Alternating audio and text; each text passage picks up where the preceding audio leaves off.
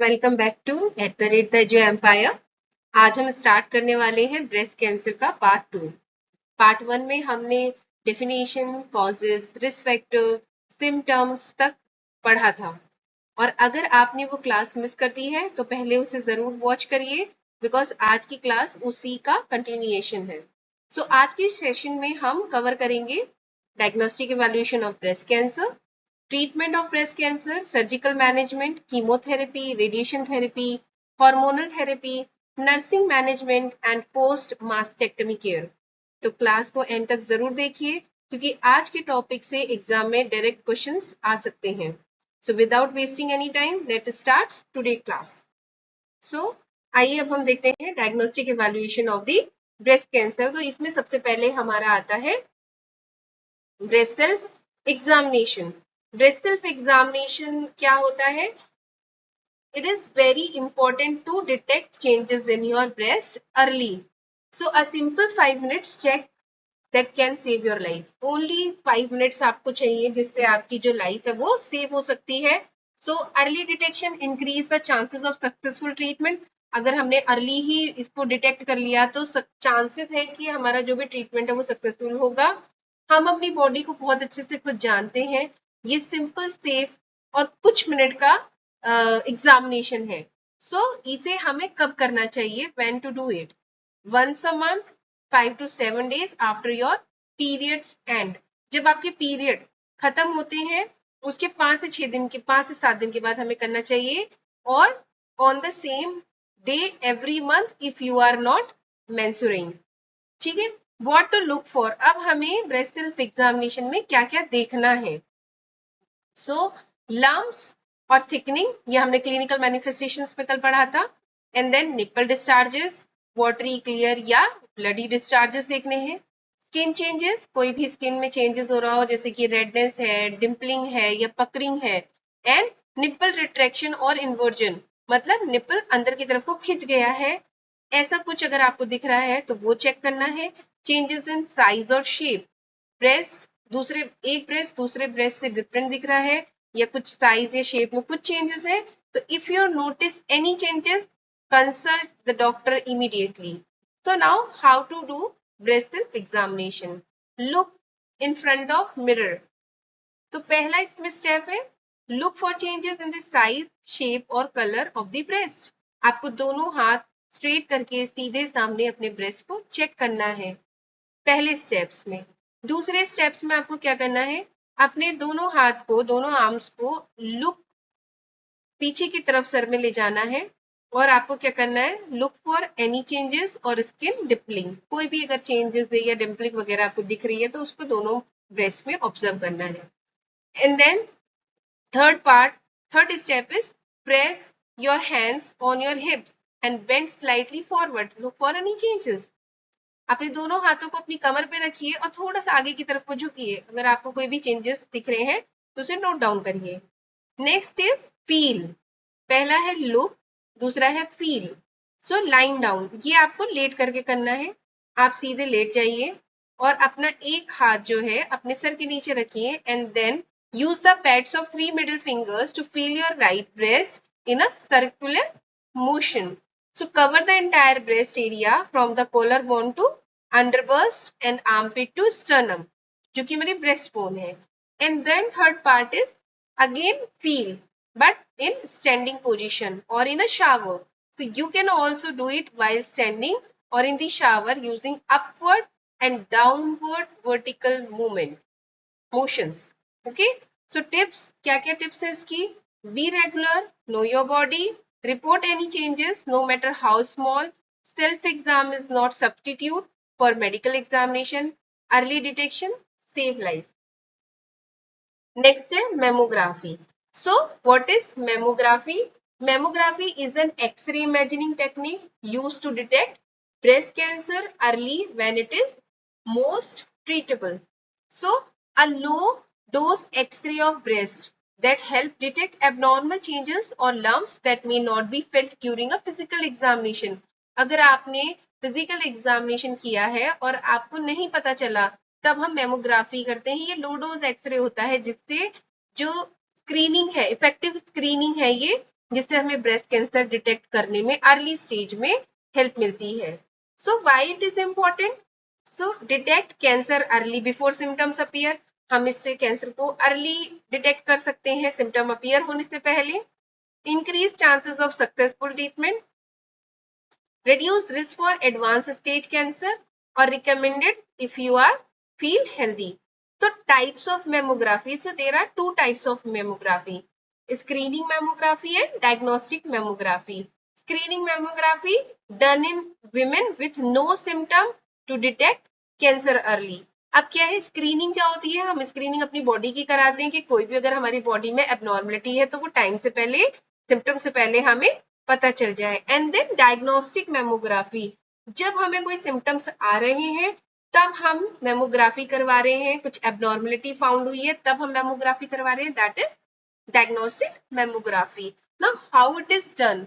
So first the breast is placed on a flat plate. एक flat plate पे breast को हम रख देंगे and use another plate to press gently to compress the breast, and then X-ray images are taken from the different angle. The process takes only a few minutes. The compression is necessary to get clear image with low dose radiation. So आप इधर here is a difference between normal mammogram and abnormal mammogram. You can see in this picture. See, this is a normal breast image and this is the abnormal breast image where is lump is found. Now, who should get it? Women aged 40 year and above, जो women 40 years की है या उससे ऊपर की है, once every 1 to 2 years as per doctor advice.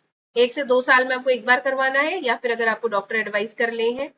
Earlier and more frequent if there is a family history of breast cancer. अगर आपकी फैमिली में कोई भी ब्रेस्ट कैंसर की हिस्ट्री रही है या अदर कैंसर की हिस्ट्री रही है, so you can and always follow your doctor's advice. Preparation, mammography करवाने से पहले क्या क्या प्रिपरेशन करनी है? अवॉइड अप्लाइंग डिओड्रेंट, कोई भी डिओड्रेंट, टैल्कम पाउडर या लोशन नहीं लगाना है जिस दिन आपका टेस्ट हो रहा है। Wear 2-piece outfit and inform the technician if you are pregnant or breastfeeding. Bring previous mammogram report if you have. Benefit क्या है? High accuracy in detecting early cancer, can detect non-palpable lumps, help monitor changes over time, save with very low radiation dose, save lives through early detection. Next हमारा है ultrasound of the breast. So main sound wave का use करके हम क्या करते हैं, tissues की image बनाई जाती है।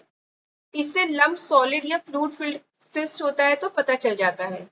नेक्स्ट है biopsy, FNAC, fine needle aspiration cytology for cytology examination. तो ये ब्रेस्ट कैंसर का डेफिनेटिव डायग्नोस्टिक टूल माना जाता है। सो FNAC थिन निडल सेल, इसमें क्या करते हैं हम, थिन बहुत पतली निडल होती है, उससे सेल्स का सैंपल लेते हैं हम लोग, है ना, और बायोप्सी के लिए सेंड कर देते हैं। तो बायोप्सी क्या है? बायोप्सी टिश्यू का स्मॉल पीस निकालकर लेबोरेटरी में टेस्ट किया जाता है। Purpose to detect cancer cells, मतलब प्रेजेंट है या नहीं कंफर्म करना होता है। फिर हमारा आता है genetic testing, BRCA gene test. BRCA gene test hereditary breast cancer risk identify करने के लिए किया जाता है। अगर BRCA म्यूटेशन प्रेजेंट हो तो ब्रेस्ट कैंसर का रिस्क ज्यादा होता है। नेक्स्ट है आपका tumour marker studies, blood test के लिए टेस्ट किए जाते हैं, जैसे CEA कार्सिनो एम्ब्रोनिक एंटीजन, CA15-3। इनका पर्पस क्या होता है? डिजीज प्रोग्रेशन और ट्रीटमेंट का रेस्पॉन्स मॉनिटर करना। नेक्स्ट हम CT और MRI करते हैं, इससे हमें ट्यूमर का साइज, एक्सटेंशन, स्टेज पता चल जाता है। बोन स्कैन और लीवर स्कैन, ये टेस्ट डिजीज के मेटास्टेसिस, मतलब कितना स्प्रेड हुआ है उसको डिटेक्ट करने के लिए किया जाता है कि कैंसर बोन या लीवर तक स्प्रेड हुआ है या नहीं, ये भी पता लगाना होता है। So in simple language, breast cancer diagnosis के लिए इमेजिनिंग टेस्ट, बायोप्सी और ब्लड इन्वेस्टिगेशन की हेल्प ली जाती है। इन टेस्ट से कैंसर की प्रेजेंस, स्टेज और बॉडी में स्प्रेड होने की कंडीशन का पता चलता है। नेक्स्ट है stages and TNM classification of the cancer. So stages, breast cancer की स्टेजेस से पता चलता है कि कैंसर कितना स्प्रेड हुआ है। स्टेजेस के बेसिस पर हम ट्रीटमेंट प्लान करते हैं और प्रोग्नोसिस डिसाइड की जाती है। तो स्टेज 0, तो ये this is the TNM classification. तो स्टेज 0 कार्सिनोमा इन सिचु, मतलब चांसेस सिर्फ डक्ट या लोब्यूल के अंदर होते हैं, सराउंडिंग टिश्यूज में स्प्रेड नहीं होता है। Ductal carcinoma in situ, simple meaning ये ब्रेस्ट कैंसर की अर्ली स्टेज होती है। स्टेज 1 में क्या होता है? ट्यूमर छोटा होता है, यूजली इक्वल टू और लेस देन 2 सेंटीमीटर, मतलब कैंसर ब्रेस्ट तक लिमिटेड होता है, लिम्फ नोड में स्प्रेड नहीं होता, ये बहुत मिनिमल होता है। Simple meaning, cancer early stage में होता है, इसमें ट्रीटमेंट के चांसेस, सक्सेसफुल होने के चांसेस हाई होते हैं। स्टेज 2, ट्यूमर साइज बड़ा हो सकता है 2 to 5 centimetre, near by axillary lymph node involve हो सकती हैं। कैंसर ब्रेस्ट के नियर बाय लिम्फ नोड तक पहुंचना स्टार्ट कर देता है। स्टेज 3, लोकली एडवांस्ड कैंसर इसको हम बोल सकते हैं, मतलब ट्यूमर लार्ज साइज का होता है, स्किन, चेस्ट वॉल या मल्टीपल लिम्फ नोड्स इन्वॉल्व हो सकती हैं। इसके symptom swelling, skin rashes, ulceration appear हो सकते हैं। कैंसर लोकली एडवांस स्टेज में होता है। Stage 4, that is metastatic cancer, मतलब कैंसर बॉडी के दूसरे ऑर्गन में स्प्रेड होना स्टार्ट हो जाता है। कॉमन साइट है bone, liver, lung, brain. Symptoms, bone pain, weight loss, weakness, breathlessness, मतलब ये ब्रेस्ट कैंसर की मोस्ट एडवांस स्टेज होती है। और एग्जाम पर्पज से भी TNM classification is very very important, you have to learn it, क्योंकि ये 5 नंबर में पूछ लिया जाता है। नेक्स्ट है management of the breast cancer. So management, जो ब्रेस्ट कैंसर का मैनेजमेंट है वो ट्यूमर के साइज, साइड, स्टेज, डिजीज की एक्सटेंशन पर डिपेंड करता है। ट्रीटमेंट का मेन गोल होता है हमारा कैंसर को रिमूव करना, स्प्रेड होने से रोकना और पेशेंट की सर्वाइवल को इम्प्रूव करना। तो types of management, there are some types of management. First one is medical management, chemotherapy, जिसमें एंटी कैंसर ड्रग यूज की जाती हैं कैंसर सेल्स को डिस्ट्रॉय करने के लिए। सर्जरी से पहले या बाद में भी कीमोथेरेपी की जा सकती है। Radiation therapy, high energy rays का यूज करके कैंसर सेल को डिस्ट्रॉय करते हैं। यूजुअली सर्जरी के बाद रिमेनिंग कैंसर सेल्स को किल करने के लिए दिया जाता है। Targeted therapy, specific cancer cells को टारगेट करने वाली थेरेपी होती है, हेल्दी सेल्स पर कंपैरेटिवली कम इफेक्ट पड़ता है। Surgical management, surgical management breast cancer का ट्रीटमेंट ऑफ चॉइस माना जाता है।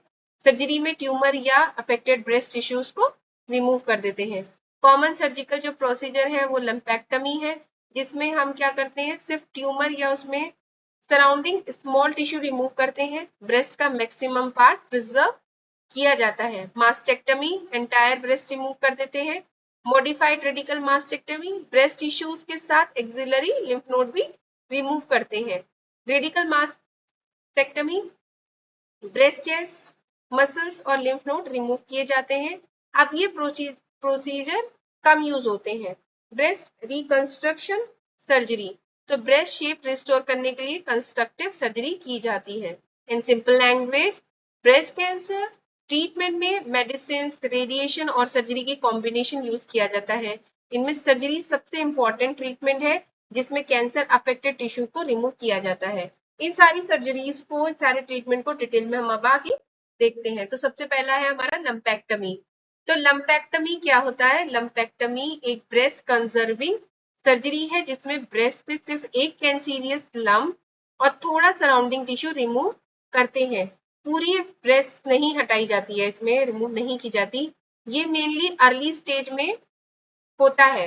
सो लंपेक्टमी को ब्रेस्ट कंजर्विंग सर्जरी भी कहते हैं, क्योंकि इसमें पूरा ब्रेस्ट रिमूव नहीं किया जाता, सिर्फ कैंसर वाला पार्ट निकाला जाता है। तो जैसे कि आप इस इमेज में देख रहे हो कि ये लंप है और हमने इंसीशन करके सिर्फ इस लंप को रिमूव कर दिया और उसके थोड़े से सराउंडिंग टिश्यूज को रिमूव कर दिया है। So this is the lumpectomy. Next is, this is the picture of lumpectomy, is the surgery to remove cancer or abnormal tissue from the breast. Next है क्वाड्रेंडेक्टमी। तो इस सर्जरी में हम क्या करते हैं, ये भी एक सर्जिकल प्रोसीजर है जिसमें ब्रेस्ट का एक पूरा क्वाड्रेंट, मतलब एक ब्रेस्ट को 4 क्वाड्रेंट में हम डिवाइड करते हैं। तो वन फोर्थ पार्ट इसमें जो है ट्यूमर का, हम उसको सराउंडिंग हेल्थी टिश्यू के साथ रिमूव कर देते हैं। ये ब्रेस्ट कंजर्विंग सर्जरी है, usually early stage breast cancer में हम यूज करते हैं, और ये लंपेक्टमी से ज्यादा टिश्यू रिमूव्ड होता है इसमें। जिस तरह से आप देख रहे हैं कि फर्स्ट में हमने पहले ब्रेस्ट को 4 पार्ट में डिवाइड कर दिया है, उसके बाद हमने क्या किया, फर्स्ट फोर्थ पार्ट जिसमें लंप है उसका पूरा फोर्थ पार्ट हमने रिमूव कर दिया है, एंड देन आफ्टर सर्जरी ये इस तरह से दिखता है। Next is axillary node dissection. तो एक्सिलरी नोड डिसेक्शन एक सर्जिकल प्रोसीजर है जिसमें अंडर आर्म एक्सिला के लिम्फ नोड को रिमूव किया जाता है। इसका पर्पस होता है कैंसर को स्प्रेड होने से रोकना, चेक करना कि कहाँ तक ये पहुंच गया है, और यूजुअली ब्रेस्ट कैंसर सर्जरी मतलब लंपेक्टमी या मास्टेक्टमी के साथ ये सर्जरी की जाती है। Next is मास्टेक्टमी। मास्टेक्टमी जिसमें पूरी ब्रेस्ट मतलब ब्रेस्ट टिश्यू को रिमूव कर देते हैं। इसका यूज तब होता है जब ट्यूमर बड़ा हो या एडवांस स्टेज में हो, ब्रेस्ट में कैंसर वाइडली स्प्रेड हो, कभी कभी एक्सिलरी लिम्फ नोड भी रिमूव किया जा सकता है। कंबाइंड सर्जरी हम करते हैं, सिंपल मीनिंग पूरा ब्रेस्ट रिमूव करते हैं ताकि हम कैंसर को स्प्रेड होने से रोक सकें। आप पिक्चर में इसका प्रोसीजर पूरा देख सकते हैं। I can pause for a while.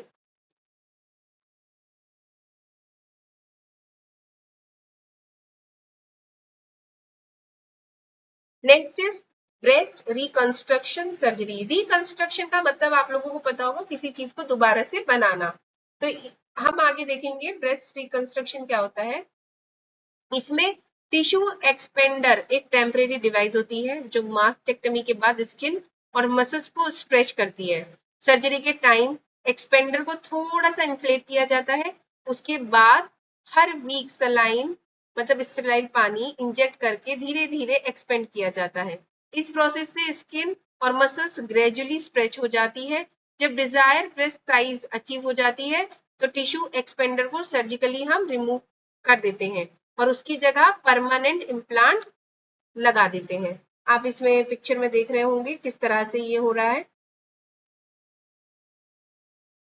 तो what is reconstruction? So breast reconstruction surgery to restore the shape and appearance of the breast after mastectomy due to cancer or risk of cancer. It can done using implant or use own tissues or combination of both. Who can consider? Women who have had mastectomy. Women at high risk can be done immediately or later. Age, health or personal choice play an important role.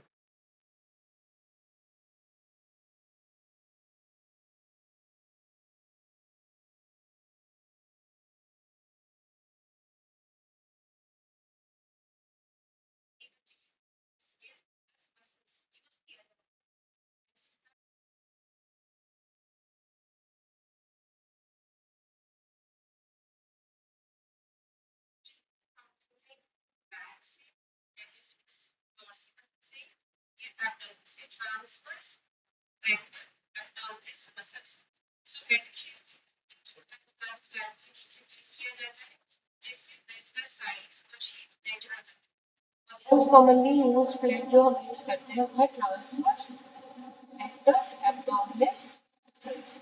Flag से shape, implant से size और nipple areola से natural look complete होता है।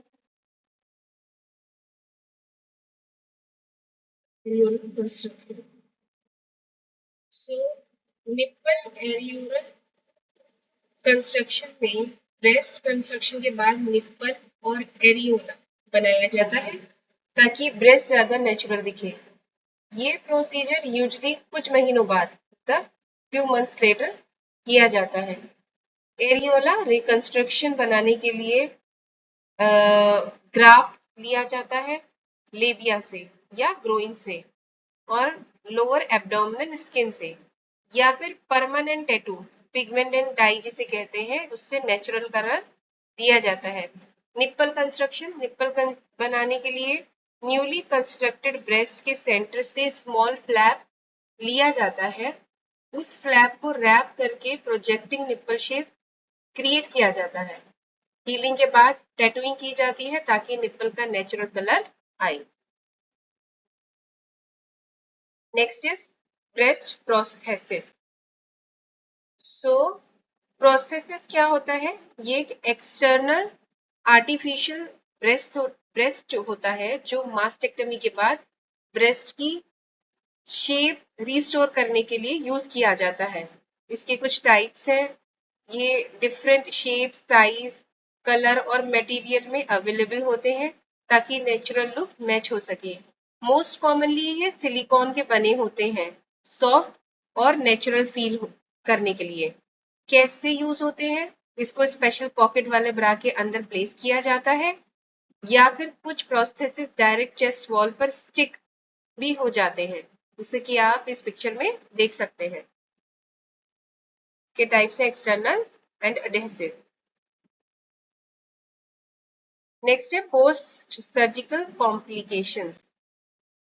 तो post surgical complications ये एक ऐसी कंडीशन होती है जिसमें लिम्फ फ्लूइड सॉफ्ट टिश्यू में जमा हो जाता है, यूजुअली रेडिएशन या लिम्फ नोड्स रिमूवल के बाद। इन सिंपल वर्ड, जब एक्सिलरी लिम्फ नोड रिमूव हो जाते हैं तो लिम्फ फ्लूइड प्रॉपरली ड्रेन नहीं हो पाता। इस वजह से जो फ्लूइड है वो आर्म में कलेक्ट हो जाता है। ये वेन्स पर प्रेशर डालता है और वीनस रिटर्न कम हो जाता है। इसके सिम्टम्स जैसे कि आर्म में हैवीनेस, भारीपन लगना, स्वेलिंग, पेन, मूवमेंट में प्रॉब्लम मतलब इम्पेयर्ड मोटर फंक्शन, फिंगर्स में नम्बनेस एंड टिगलिंग, और कुछ कॉम्प्लिकेशंस भी हो जाते हैं। आफ्टर दैट देयर सेलुलाइटिस या फिर प्रोग्रेसिव फाइब्रोइड टिश्यूज या टिश्यूज हार्ड होना। Then post mastectomy pain syndrome. तो ये एक क्या है? ये क्रोनिक पेन कंडीशन है जो मास्टेक्टमी या एक्सिलरी लिम्फ नोड डिसेक्शन के बाद होती है।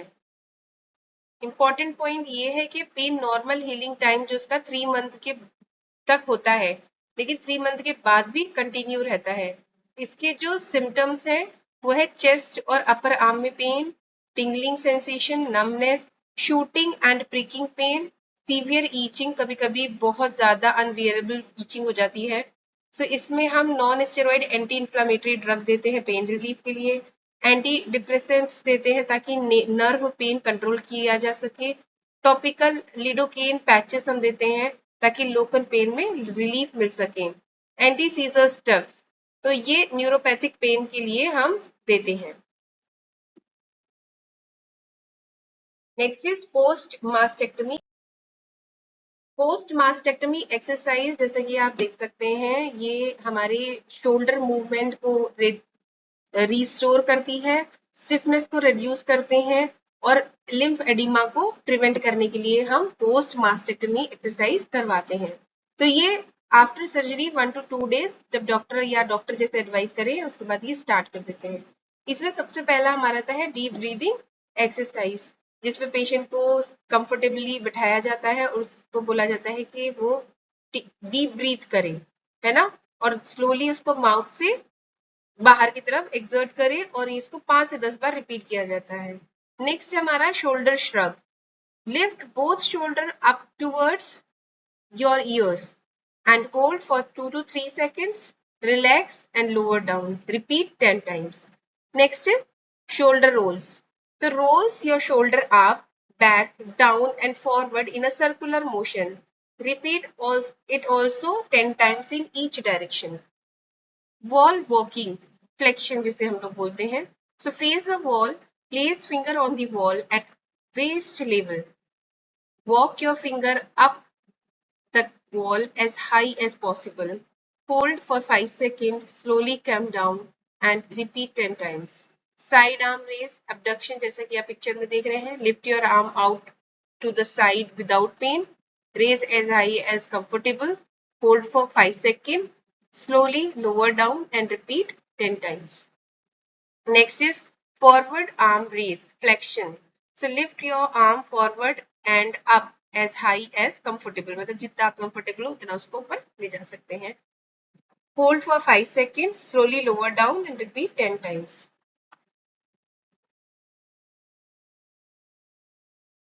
So hand behind head, place both hands behind your head, move your elbow backward, hold for 5 seconds, return to staring position, repeat 10 times. Wall push-up.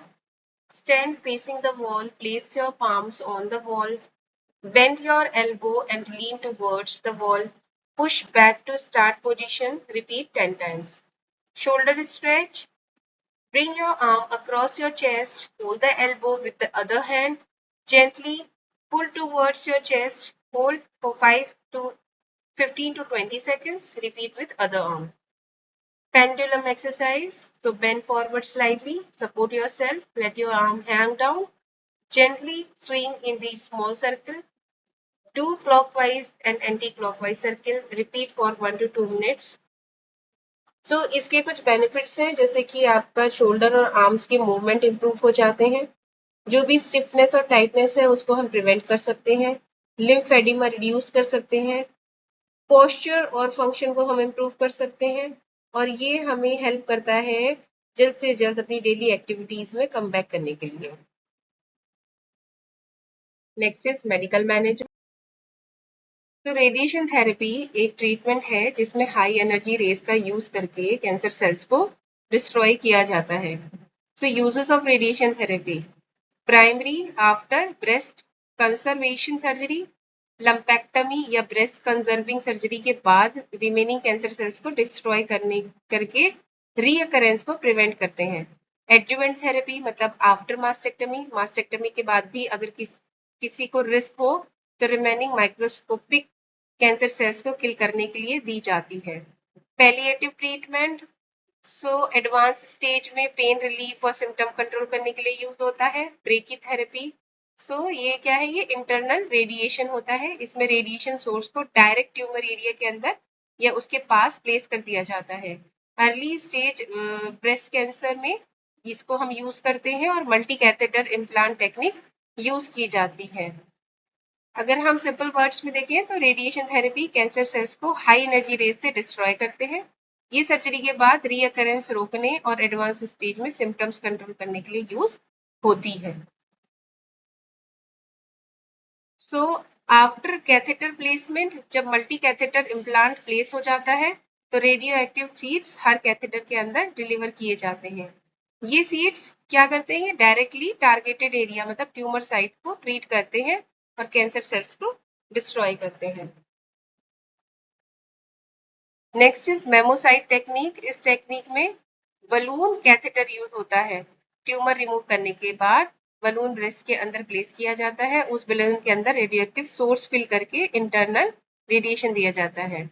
So ब्रेकी therapy में radiation body के अंदर directly tumour area पर दिया जाता है और seeds या balloon catheter के थ्रू हाई डोज रेडिएशन सिर्फ अफेक्टेड एरिया को टारगेट करते हैं, जिससे हेल्दी टिश्यू को कम डैमेज होता है। कीमोथेरेपी एक मेडिकल ट्रीटमेंट है जिसमें एंटी कैंसर ड्रग यूज करके कैंसर सेल्स को डिस्ट्रॉय किया जाता है। ब्रेस्ट कैंसर एक सॉलिड ट्यूमर है जो कीमोथेरेपी के लिए काफी रिस्पॉन्सिव होता है। कॉमन कीमोथेरेपी कॉम्बिनेशन जैसे कि CMF रेजिमेन, साइक्लोफॉस्फामाइड, मेथोट्रेक्सेट और 5-FU 5-फ्लोरोसिल, ये कॉम्बिनेशन ब्रेस्ट कैंसर ट्रीटमेंट में यूज होता है। नेक्स्ट आपका है AC plus minus taxane regimen, AC doxorubicin और साइक्लोफॉस्फामाइड और टेक्सेन, ये कॉमनली यूज्ड स्ट्रॉन्ग रेजिमेन है। And anthracycline based regimen, cyclophosphamide और एपिरुबिसिन या साइक्लोफॉस्फामाइड और डॉक्सोरुबिसिन।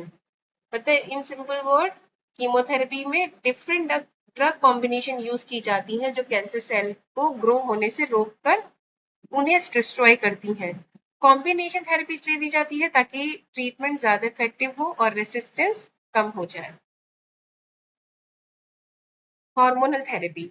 हार्मोन थेरेपी एक ट्रीटमेंट है जो बॉडी में एस्ट्रोजन हार्मोन को ब्लॉक या फिर रिड्यूस करता है, क्योंकि एस्ट्रोजन ब्रेस्ट कैंसर सेल्स की ग्रोथ को स्टिमुलेट करता है। तो ये कैसे काम करता है, तो एस्ट्रोजन का सोर्स रिमूव कर दिया जाता है या ब्लॉक कर दिया जाता है, तो कैंसर सेल्स की ग्रोथ स्लो हो जाती है और रुक जाती है।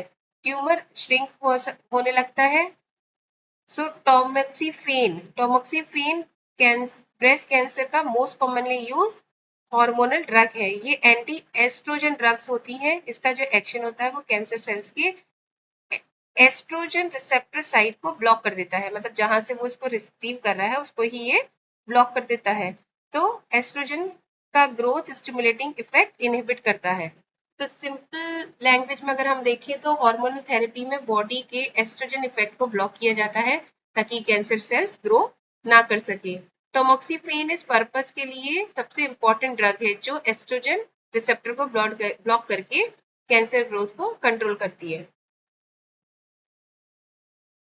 नेक्स्ट है biological and targeted therapy. So biological और टारगेटेड थेरेपी ऐसी ट्रीटमेंट है जो डायरेक्टली कैंसर सेल्स के स्पेसिफिक टारगेट्स पर काम करती है। इससे हेल्दी सेल्स पर डैमेज कंपैरेटिवली कम होता है, जैसे कि हर्सेप्टिन। सो ये एक मोनोक्लोनल एंटीबॉडी है। ये HER2 पॉजिटिव ब्रेस्ट कैंसर में यूज होती है, कभी अलोन या कीमोथेरेपी के साथ दी जाती है। इसका एक्शन क्या होता है? ये कैंसर सेल ग्रोथ सिग्नल को ब्लॉक कर देती है और ट्यूमर की ग्रोथ स्लो कर देती है या स्टॉप कर देती है। नेक्स्ट है एंजियोजेनेसिस इनहिबिटर्स। ये ड्रग नए ब्लड वेसल्स बनने से रोकती है, ट्यूमर को ऑक्सीजन और न्यूट्रिएंट मिलने से प्रिवेंट करती है। ये इसका एग्जाम्पल देख सकते हैं वास्टिन, यूजली कीमोथेरेपी के साथ कॉम्बिनेशन में दी जाती है। So targeted therapy cancer cell के स्पेसिफिक मार्कर को टारगेट करती है। Herceptin cancer cell growth signal block करता है और जो एवास्टिन है वो ट्यूमर को ब्लड सप्लाई मिलने से रोकता है। इससे कैंसर ग्रोथ कंट्रोल होती है और ट्रीटमेंट ज्यादा प्रिसाइज होता है। नेक्स्ट हम देखते हैं नर्सिंग मेडिकल मैनेजमेंट। तो सबसे पहले हमें क्या करना है, पेशेंट की हिस्ट्री कलेक्ट करनी है। History taking in breast cancer. Breast cancer patient की असेसमेंट में डिटेल हिस्ट्री लेते हैं, बहुत इंपॉर्टेंट होता है, जिससे रिस्क फैक्टर और डिजीज का क्लू मिल सकता है। तो पास्ट हेल्थ हिस्ट्री, पेशेंट को पहले से बिनाइन ब्रेस्ट डिसीज हुआ है या नहीं, क्या पहले ब्रेस्ट कैंसर या किसी और रिप्रोडक्टिव ऑर्गन का कैंसर हुआ है, या हिस्ट्री फ्यूचर रिस्क को इंक्रीज कर सकती है। तो मेंस्ट्रुअल हिस्ट्री हम लेंगे, age of menarche, first period कब आए थे, एज ऑफ मेनोपॉज, आपका एंड कब हुआ था। अर्ली मेनार्की और लेट मेनोपॉज ब्रेस्ट कैंसर का रिस्क बढ़ाते हैं क्योंकि एस्ट्रोजन एक्सपोजर ज्यादा होता है। ऑब्स्टेट्रिकल हिस्ट्री हमें लेनी है, pregnancy history, number of children, parity, then breast feeding history, late pregnancy या नल्ली पैरिटी मतलब नो प्रेगनेंसी, ये भी रिस्क फैक्टर को आपका इंक्रीज कर सकता है। मेडिकल हिस्ट्री लेंगे हम, HRT हार्मोनल रिप्लेसमेंट थेरेपी के कोई हार्मोनल थेरेपी उन्होंने ली है या नहीं, ओरल कॉन्ट्रासेप्टिव पिल्स कितने समय से यूज कर रहे हैं, अगर करते हैं तो ये भी आपकी ब्रेस्ट कैंसर को इन्फ्लुएंस, उसके रिस्क को इन्फ्लुएंस कर सकते हैं। History of radiation, chest area में पहले रेडिएशन एक्सपोजर हुआ है या नहीं हुआ है, स्पेशली चाइल्डहुड या यंग एज एक्सपोजर इंपॉर्टेंट होता है। तो क्या है, ब्रेस्ट कैंसर रिस्क को समझने के लिए पेशेंट के पास्ट मेडिकल, हार्मोनल, रिप्रोडक्टिव और रेडिएशन एक्सपोजर हिस्ट्री लेना बहुत जरूरी होता है क्योंकि ये फैक्टर डिजीज डेवलपमेंट में इंपॉर्टेंट रोल प्ले करते हैं। फिजिकल एग्जामिनेशन में हम ब्रेस्ट कैंसर पेशेंट की फिजिकल एग्जामिनेशन करते हैं। तो इसमें हम क्लिनिकल असेसमेंट और इन्वेस्टिगेशन रिपोर्ट का इवैल्यूएशन करते हैं। सो जैसे कि CBE clinical breast examination, inspection, breast को विजुअली ऑब्जर्व किया जाता है, चेक किया जाता है ब्रेस्ट का साइज शेप चेंज हुआ है कि नहीं हुआ है, स्किन चेंजेस, डिम्पलिंग और ulceration, nipple changes, any visible swelling और असिमेट्री। पैल्पेट करेंगे तो ब्रेस्ट को जेंटली टच करके एग्जामिन करते हैं, चेक फॉर लंप और मास्क, हार्डनेस और irregularity, tenderness, mobility. Nipple examination, तो निप्पल से डिस्चार्ज चेक किया जाता है, यूनिलेटरल, क्लियर या ब्लडी डिस्चार्ज सस्पिशियस होता है। इवैल्यूएशन ऑफ इन्वेस्टिगेशन, नर्स को पेशेंट के डायग्नोस्टिक रिपोर्ट भी असेस करने होते हैं, mammography, biopsy, FNAC, CT, MRI। क्यों? क्योंकि ट्यूमर का साइज और लोकेशन समझने के लिए, डिजीज स्टेजिंग असेस करने के लिए, ट्रीटमेंट प्लानिंग में हेल्प करने के लिए। तो फिजिकल एग्जामिनेशन में हम क्या करते हैं, ब्रेस्ट को विजुअली और मैनुअली चेक किया जाता है और साथ ही डायग्नोस्टिक रिपोर्ट को एनालाइज किया जाता है जिससे कैंसर की सीवियरिटी और स्प्रेड का पता चल सके। Next summary is breast cancer is a condition in which the cell in the breast grow uncontrollably, often starting in the milk ducts or lobule. Risk factors include age, family history, hormonal changes, obesity, and lifestyle factor. Common symptoms include a breast lump, nipple discharge, skin changes, and swelling of the underarm, lymph node. Diagnostic involve clinical exams, mammography, and biopsy. Treatment options include surgery like lumpectomy or mastectomy, chemotherapy, radiotherapy, and hormonal or targeted therapy. Early detection and timely treatment significantly improve survival chances. All right, student. तो finally आज हमने breast cancer का part 2 भी successfully complete कर लिया है। आज की क्लास में हमने diagnostic evaluation, modalities, treatment modalities, surgery like mastectomy and lumpectomy, chemotherapy, radiation therapy और हार्मोनल थेरेपी और नर्सिंग मैनेजमेंट डिटेल में पढ़ा। अब मुझे होप है कि ब्रेस्ट कैंसर टॉपिक आपको इजी और क्लियर लग रहा होगा। Remember this important line, early detection save life. So अगर आपको ये क्लास हेल्पफुल लगी है तो वीडियो को लाइक करिए और अपने नर्सिंग फ्रेंड्स के साथ शेयर करिए और @the edu empire को सब्सक्राइब जरूर करिए for more easy nursing lecture in easy language. और हाँ, रेगुलर रिवीजन करते रहिए because nursing is not just about passing exam, it's about saving lives. Thank you everyone for attending the class. See you in the next topic, student.